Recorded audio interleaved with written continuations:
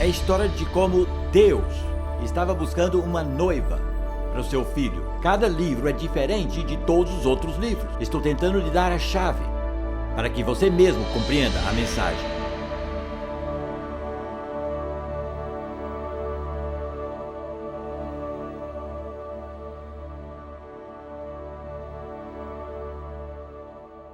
A segunda metade do livro de Daniel é um ambiente completamente diferente.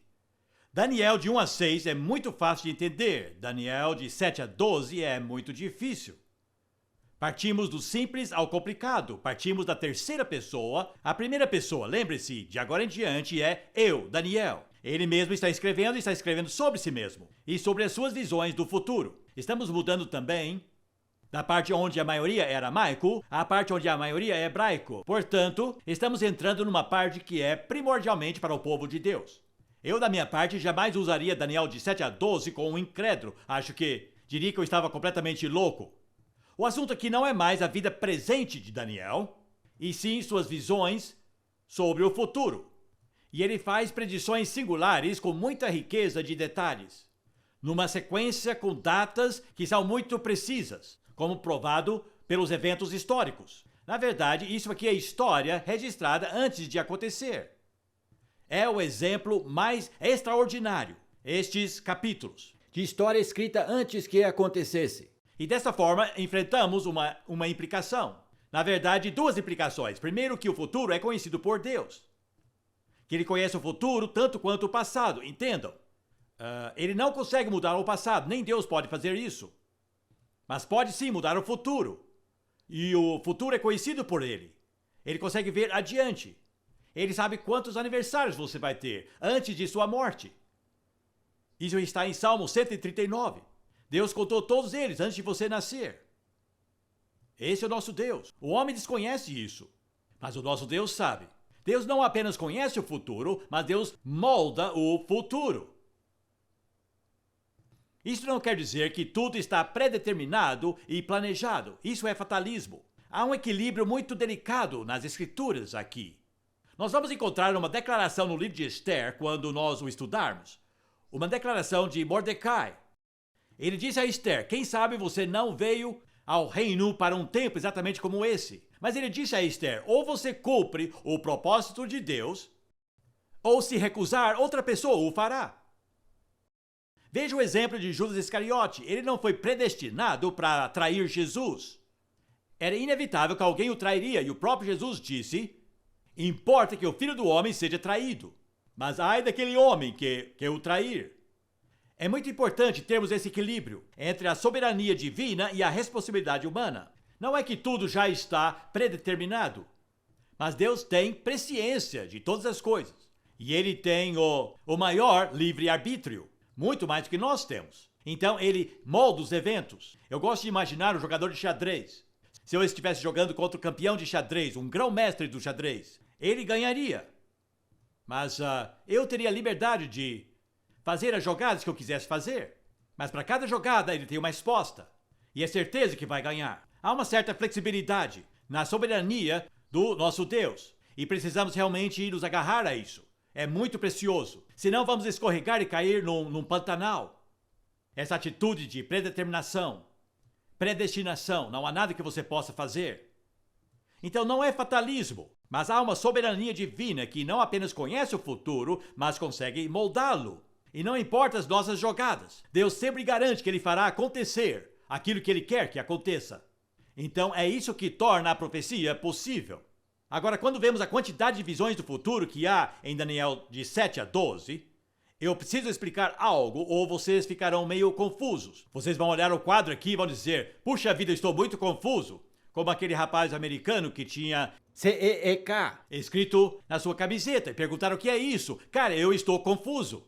Aí disseram: mas confuso não é com K, é com C. Ele respondeu: para você ver o quanto que eu sou confuso. Então, vamos tentar entender isso aqui. A primeira coisa que precisamos entender é que capítulos de 7 a 12 não são contínuos. Não formam uma linha reta de visões, que acontecem cronologicamente do começo ao fim. Este é o primeiro ponto. Bom, isso é muito simples. Mas lembre-se disso. Então, ao ler capítulos de 7 a 12, você não está lendo uma linha sequencial de eventos. São visões separadas do futuro. E em segundo lugar, eles não são consecutivos. Não podemos dizer que a visão do capítulo 8 vem depois do 7 e 9 vem depois do 8. Estão embaralhados. Então não é tão simples quanto você poderia pensar. E também número 3, eles não são coterminantes. Essas visões separadas não começam no mesmo ponto e não terminam no mesmo ponto. Isso também confunde as pessoas. Em outras palavras, temos que ler cada visão separadamente e depois encaixar cada uma onde se encaixa. Então não são contínuas, não é uma linha reta ininterrupta, não são consecutivas, não é uma visão atrás da outra, e não começam no mesmo ponto e nem terminam no mesmo ponto. Agora, isso é o que elas não são. Agora vejamos o que elas são. Em primeiro lugar, elas variam muito em duração. Algumas das visões falam de um período muito curto do futuro e outras falam de um período muito mais longo. Depois outra sobre um período muito curto. Depois outra sobre um período muito longo. Portanto, elas variam quanto ao período de tempo que elas cobrem. Então é muito difícil encaixá-las uma com a outra, estão entendendo? E muitas delas se sobrepõem. Então você tem uma visão longa cobrindo um período longo do futuro e uma visão mais curta que se sobrepõe à anterior com muito mais detalhe. Então há muita sobreposição entre elas. Agora vem a parte mais complicada, como se você não estivesse já muito confuso. Essas visões cobrem 2 períodos. E esses 2 terminam juntos. O que eu estou dizendo é, cobrem um período antes de Cristo e o período depois de Cristo, que chamamos de AC e DC. Mas, em ambos os casos, as visões deste período terminam com a vinda de Cristo. E as visões deste período falam dos últimos dias que antecedem o final da história. Então, todas as visões falam do período que popularmente é conhecido como o final dos tempos. Mas falam de 2 períodos, aqueles que acontecem antes de Cristo e aqueles que acontecem depois de Cristo. Então, ao olhar através de seu telescópio, ele enxerga 2 períodos. Só que ele não percebeu a lacuna que existia entre os 2 períodos. Lembra-se de Isaías? Havia essa lacuna no meio. É como se ele olhasse pelo seu telescópio de profecia e enxergasse 2 picos de montanha. Um em frente do outro, um mais baixo na frente e o mais alto atrás. Só que não percebeu o tamanho da lacuna que havia entre os 2 picos. Bom, ele nem viu a lacuna. Quando você vê 2 picos através de um telescópio, um na frente do outro, você não enxerga nada que é escondido pelo primeiro pico. Estão me entendendo? Então vamos ver esse diagrama simples aqui. Ele conseguiu enxergar tudo antecedendo o primeiro pico, mas só enxergou alguma coisa do último período que antecedeu o segundo. Estão me entendendo? Então ele enxergava a partir de seu próprio tempo. Vou expressar isso em termos de tempo agora. Conseguia enxergar a partir de seu próprio tempo. E suas profecias começam apenas 6 anos depois de sua morte. E consegue enxergar até a primeira vinda de Cristo. Mas não conseguia enxergar nada depois da primeira vinda de Cristo, a não ser por alguns eventos que antecedem a segunda vinda. Eventos que antecedem a segunda vinda. Como a maioria dos profetas do Velho Testamento, ele não compreendeu o tamanho da lacuna que havia entre estes 2 picos. Enxergou tudo como um só evento vindouro e chamou isso do reino. E não compreendeu que o reino de Deus viria em 2 estágios, porque o rei viria 2 vezes. Agora nós podemos entender isso, mas eles não enxergavam. E você pode ver que, olhando adiante, ele enxergou todos os eventos que antecederam a primeira vinda de Cristo e um período bem curto antes da segunda. Então nós temos, na verdade, a predição dos eventos que antecederam a primeira vinda do rei e os eventos que antecederam a segunda vinda do rei. E uma das coisas mais impressionantes é que as 2 séries de eventos são praticamente idênticas. Por exemplo, vamos pular adiante. Um vilão muito iníquo aparece nos 2 períodos. No primeiro período, foi um homem chamado Antíoco Epifânio. E no segundo período, é o Anticristo. E essas 2 pessoas são incrivelmente parecidas. Em outras palavras, ao estudarmos os eventos que antecedem a primeira vinda de Cristo, temos uma visão boa dos eventos que antecederão a segunda vinda de Cristo. Conseguiram me acompanhar? É bem complicado tudo isso, mas estou tentando desenrolar para vocês. Assim, quando lerem sozinhos, poderão estudar e examinar e encaixar todos os eventos. Então, a história se divide em antes de Cristo e depois de Cristo. Na verdade, os judeus não gostam das palavras AD, que significa Anno Domini, o ano de Nosso Senhor. Então, eles usam a sigla EC, Era Comum, significando comum aos judeus e cristãos. Então, eles usam AC e CE, ou, na verdade, chamam isso de AEC, antes da Era Comum. E EC, Era Comum, nós chamamos de antes de Cristo e depois de Cristo. AC e DC, porque a sua primeira vinda dividiu a história no meio. E a sua segunda vinda terminará a história. Então a nossa visão realmente é melhor. Então, como eu já disse, tudo isso é bem complicado, mas acho que dá para vocês entenderem e pensarem à medida que nós prosseguimos aqui no nosso estudo. Vamos prosseguir agora para o nosso próximo cartaz e vamos procurar entendê-lo. Sabe, o que ele viu naquela visão? Na verdade, o significado do primeiro sonho de Nabucodonosor, no capítulo 2, é que haveria uma série de reinos humanos de qualidade decrescente. Começando com o reino dourado, a cabeça, descendo pela prata e pelo ferro até os pés de barro. Uma série de reinos humanos que antecederiam a inauguração do reino divino. Então nós temos o Império Babilônico, o Império dos Persas e dos Medas, o Império dos Gregos e o Império dos Romanos. E o rei chegou durante o último império, o Império Romano. Ele esperava que o reino divino aniquilasse completamente os reinos humanos. Não compreendeu que o reino divino passaria por um período em que existiria na Terra juntamente com os outros reinos humanos. Estava vendo este segundo pico como se fosse parte do primeiro. Não percebeu que havia uma lacuna. Nós moramos nessa lacuna e nós vivemos dentro do reino divino. E há outros reinos humanos e impérios humanos, como Rússia e China, Estados Unidos. Mas um dia haverá um só reino. Mas há uma sobreposição que Daniel não enxergou. Lembre-se da visão, vamos voltar para ele, daquele gigante.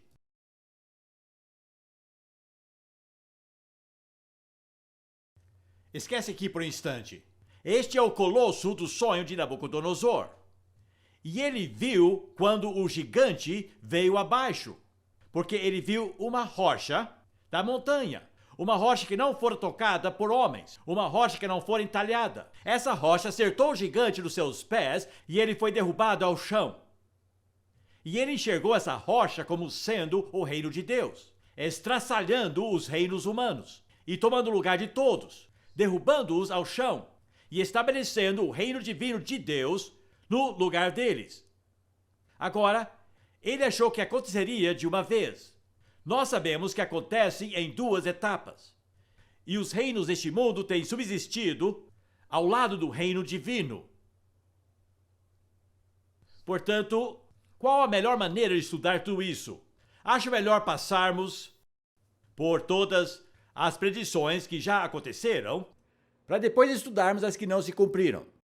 Em outras palavras, vamos olhar todas as predições que antecederam a primeira vinda de Cristo, que aconteceram com uma exatidão incrível de acordo com as profecias de Daniel. Até mesmo quanto tempo duraria depois de sua profecia, até que o evento acontecesse. Até mesmo isso ele disse, com exatidão. Realmente muito impressionante. Lembrando que nós moramos nessa lacuna. Então todos esses eventos estão no passado e podemos verificá-los. Essas predições já se cumpriram. Em primeiro lugar, a predição no capítulo número 2. Voltando ao gigante de novo. Muito bem, a Babilônia foi substituída pelos medos e os persas, e eles pelos gregos, e eles foram substituídos pelos romanos. Tudo isso aconteceu e foi exatamente como ele predisse. O sonho de Nabucodonosor se cumpriu e a interpretação de Daniel do sonho se cumpriu. Isso é capítulo 2. No capítulo número 8, temos um carneiro e um bode. E tudo isso também já se cumpriu. Temos um carneiro e um bode com um chifre. E capítulo 8 fala sobre essas duas criaturas. Agora, é muito óbvio que eles correspondem a duas partes do Colossus, do gigante. Correspondem ao Império dos Medos e dos Persas e ao Império dos Gregos. E tudo que foi dito sobre o carneiro e o bode no capítulo 8 se cumpriu. Por exemplo, fala sobre o Império dos Persas. E realmente foi um império muito grande, se estendeu da Índia até ao Egito, incluindo toda a Turquia. Toda essa área se tornou o Império dos Persas e dos Medos. E hoje em dia é a nação de Irã e do Ayatollah. Lembram-se do Shah da Pérsia?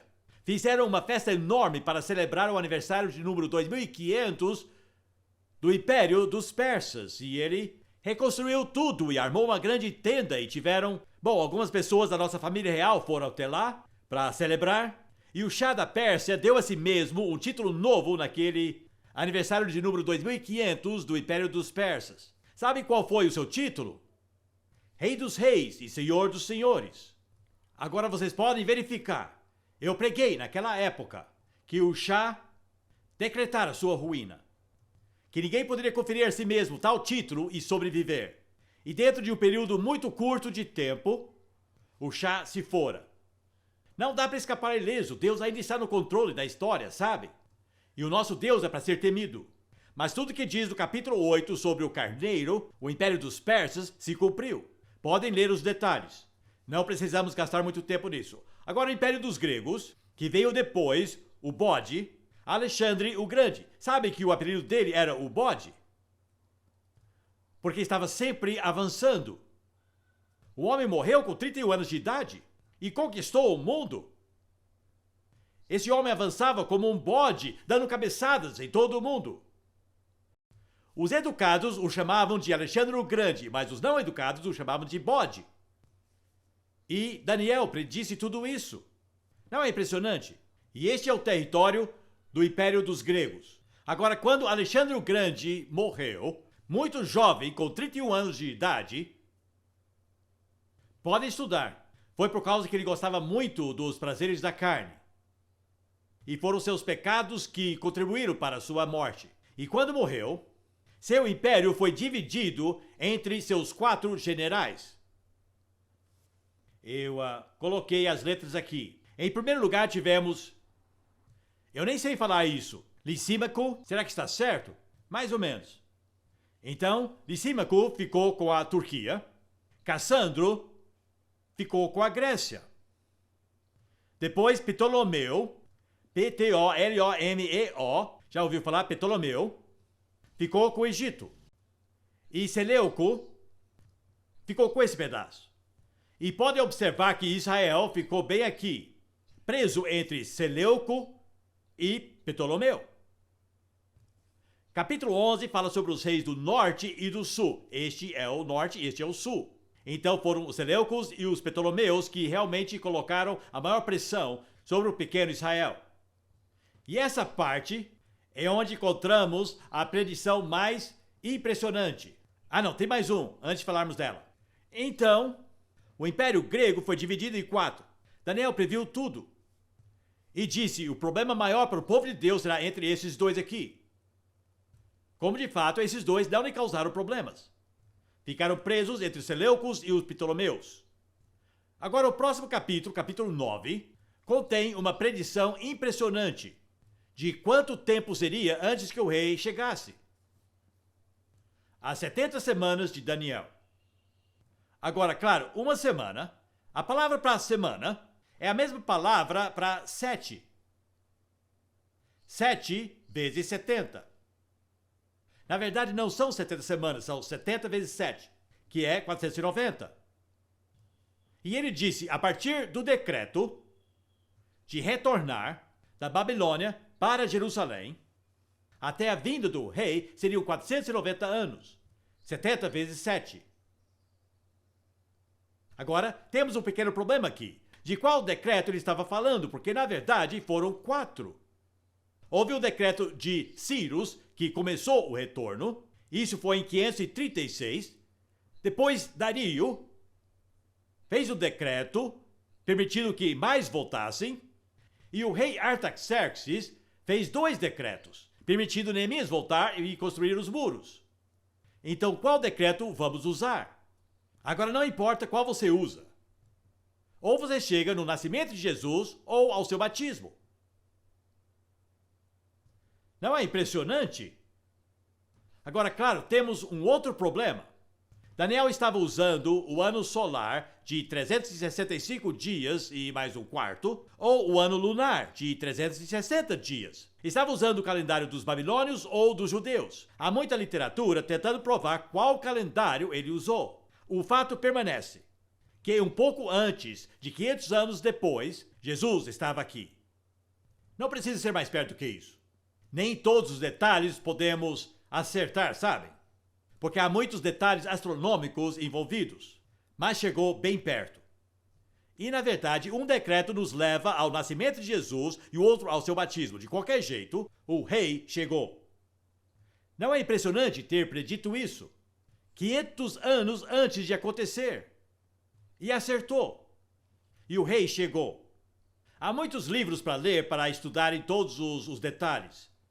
Então, estão me acompanhando aqui? O Colosso, no capítulo 2, a visão cobre esse período.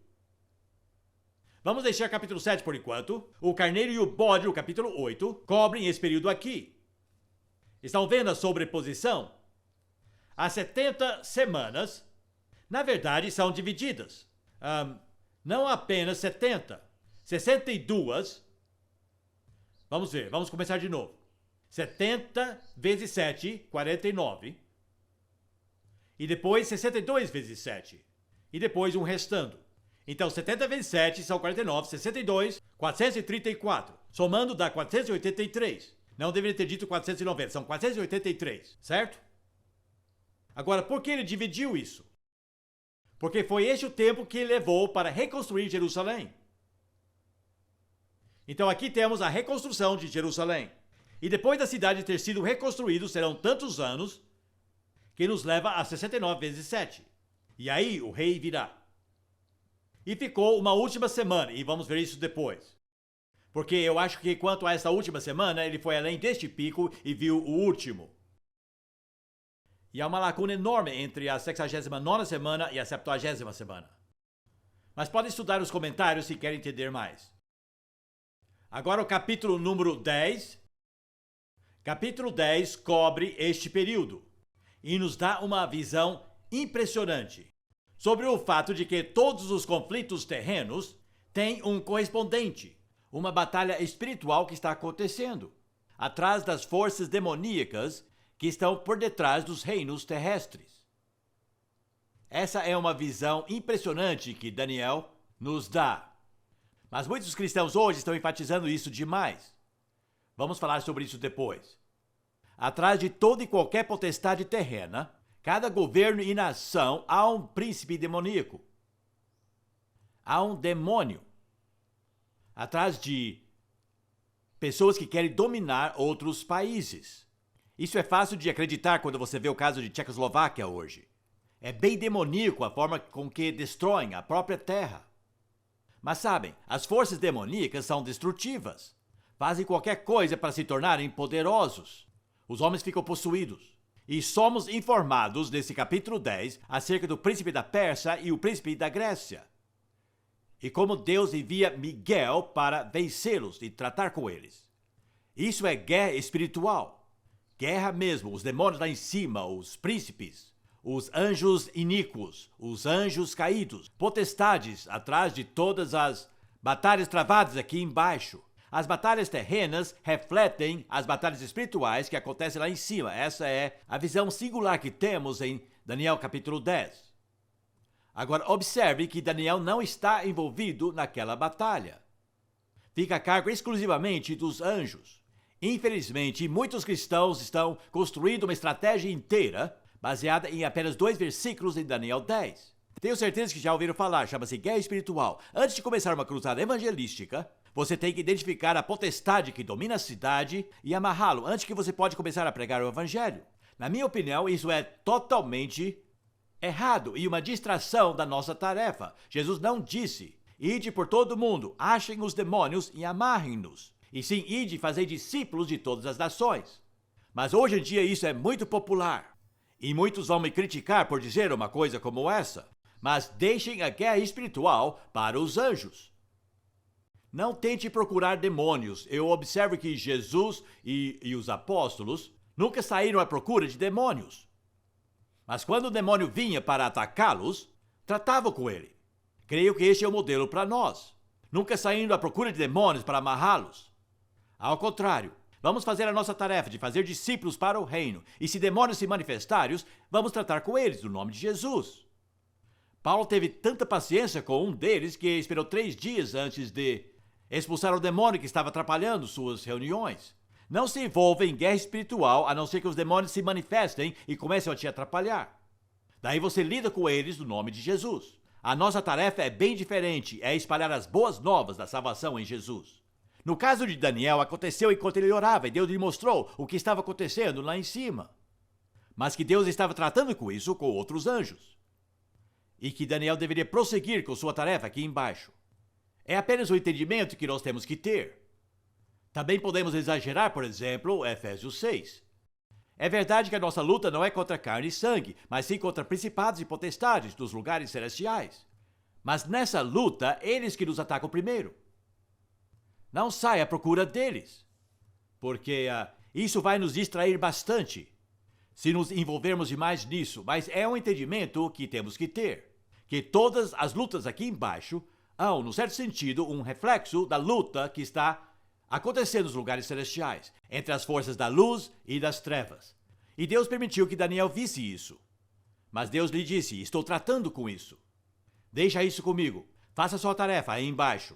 Estou dizendo isso porque, infelizmente, Daniel 10 se tornou quase um texto que justifica aquilo que hoje chamam de guerra espiritual. Agora chegamos ao capítulo 11.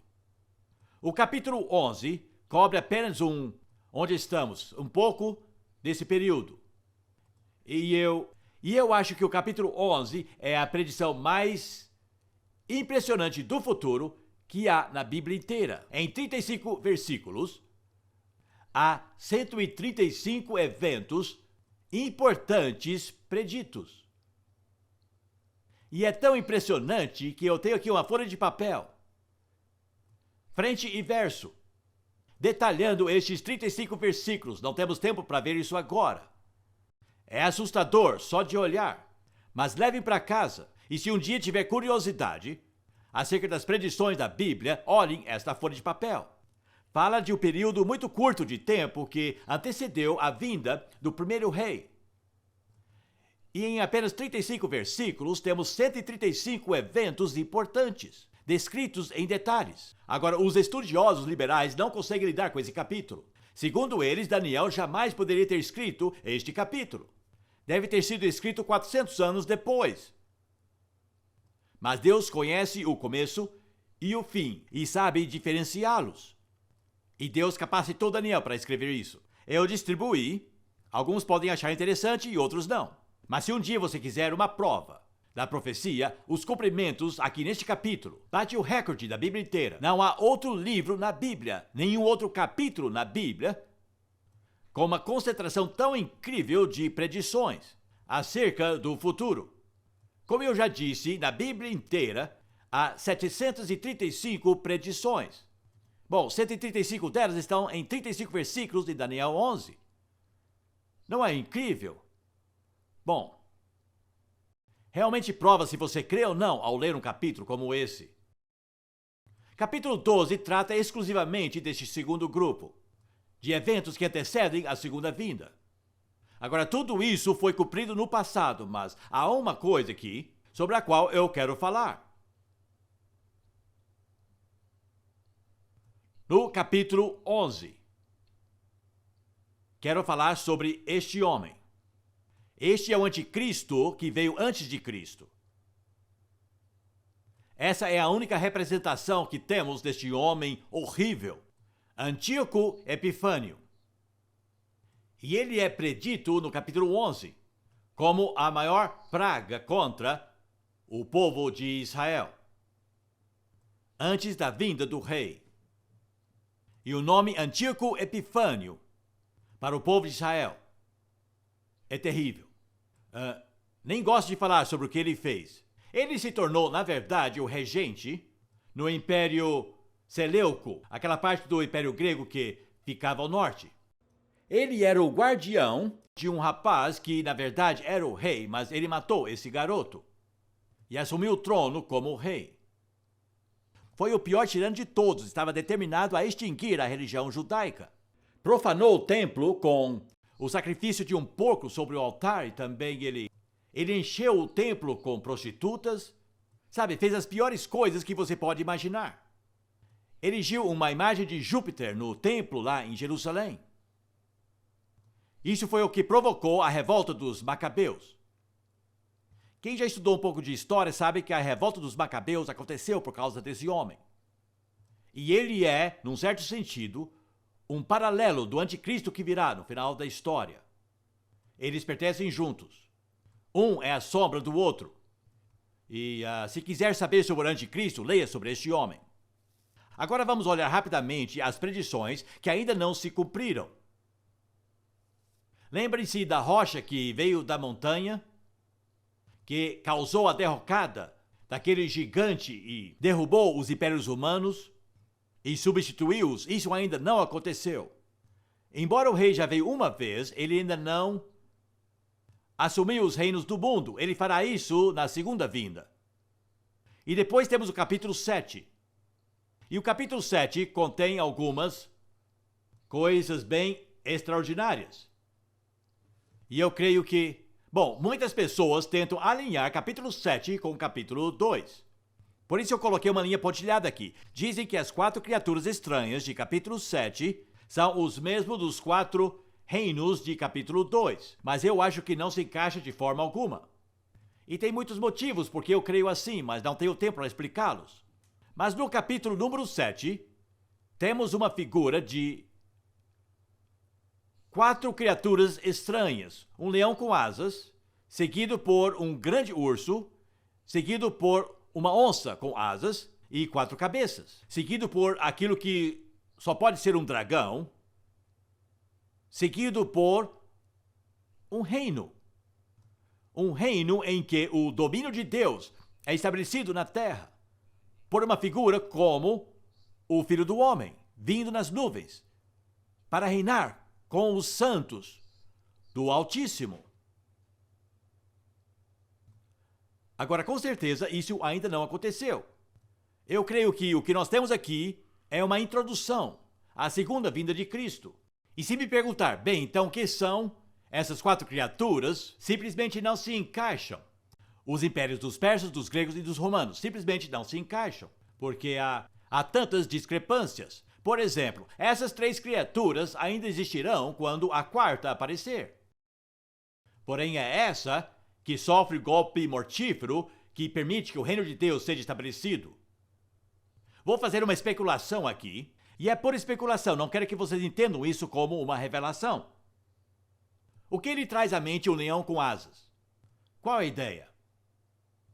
Aqui são potências mundiais no final da história. Estados Unidos e o Reino Unido. O que ele traz à mente o urso? A Rússia. O que ele traz à mente um leopardo? O mundo árabe. Posso estar errado. Mas, se eu estou certo, estes 3 ainda existirão no final dos tempos, mas serão substituídos por este aqui. E creio eu que uma das coisas mais impressionantes sobre a qual as pessoas me perguntam hoje é o fato de que Saddam Hussein reconstruiu Babilônia. Podem ver aqui a capa da programação que ele enviou sobre a grande festa que ele fez, lado a lado com Nabucodonosor. E ele compara o seu perfil, dizendo, estão vendo? e fizeram um show de lasers lá na Babilônia, e o rosto de Nabucodonosor e Saddam Hussein foram projetados nas nuvens. Aqui temos as ruínas de Babilônia, como eles estão hoje, e aqui estão sendo reconstruídas hoje. Aqui está o portal de Ishtar, já terminado. E além do mais, Saddam Hussein tem usado os capacetes e as túnicas de Nabucodonosor para os seus soldados e sandálias. Só que esse cara aqui preferiu tênis. Mas aí está. E aqui temos as novas muralhas da Babilônia, subindo por cima das ruínas. Tudo sendo reconstruído. Bom, até aí onde eu chego. Apenas digo que isso tudo está ficando bem incrível. E os eventos estão acontecendo com tanta velocidade que precisamos ficar de olhos abertos.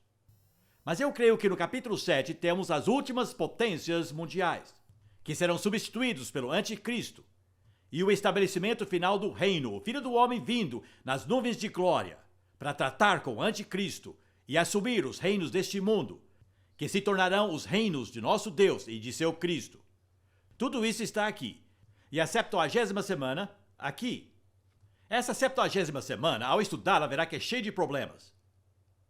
É dividido no meio em 2 períodos de 3 anos e meio, bem na metade. É interessante que isso também é mencionado no livro de Apocalipse, que fala de 1260 dias, 42 meses e 3 anos e meio. Tempo de grande tribulação. Agora, não temos muito tempo para falarmos de todas as diferenças de opinião sobre essas coisas, mas Daniel, creio eu, enxergou tudo. Ele viu a primeira vinda e a segunda. E aqui no capítulo 12, que é todo sobre o futuro, ele fala sobre a ressurreição dos justos e dos iníquos. E diz que os justos brilharão como as estrelas, para sempre. É o clímax final. E depois que acontecer, todos nós saberemos muito bem.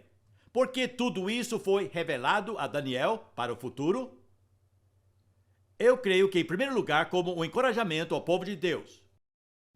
E durante estes capítulos, o povo de Deus é encorajado para ficarem firmes, para operar proezas, para buscar entendimento, para aguentar sofrimento, para ser refinado, para resistir ao mal e para achar descanso. São motivos muito interessantes para Deus ter revelado o futuro. Deus não nos revelou o futuro todo, mas revelou o suficiente do futuro para nos capacitar a fazer essas coisas. Vou enumerá-las de novo. Deus nos mostrou o futuro para ficarmos firmes, para operar proezas, para buscar entendimento, para aguentar o sofrimento, para sermos refinados, para resistirmos ao mal e para acharmos descanso. Agora vejam, algumas pessoas só querem saber o futuro por mera curiosidade, para ficarem por dentro, sabe, e ter tudo bem acertadinho. As pessoas me perguntam muito sobre isso, as pessoas apenas querem, sabe, saber todos os detalhes certinho. Eu creio que o motivo essencial por Deus revelar o futuro para nós é para podermos lidar com ele adequadamente, para que estejamos prontos, para que possamos ficar firmes e fazer aquilo que Deus quer que façamos e aguentemos o sofrimento, sabendo que o final será glorioso. E o outro motivo, creio eu, é um aviso para os incrédulos, especialmente para aqueles que querem construir impérios humanos, que querem ser pessoas bem poderosas. Mas no final, o Filho do Homem tomará lugar de todos eles. Nós pertencemos àquele que vai governar o mundo inteiro.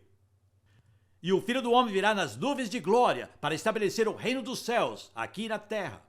E nós reinaremos com ele. Há muita ênfase sobre se prepare para reinar. Ele reinará junto com os santos do Altíssimo. Sabemos quem é o Filho do Homem e quem são os santos. Você vai dirigir o mundo com Jesus. É melhor se preparar para serem governantes bem responsáveis, juntamente com ele. Amém.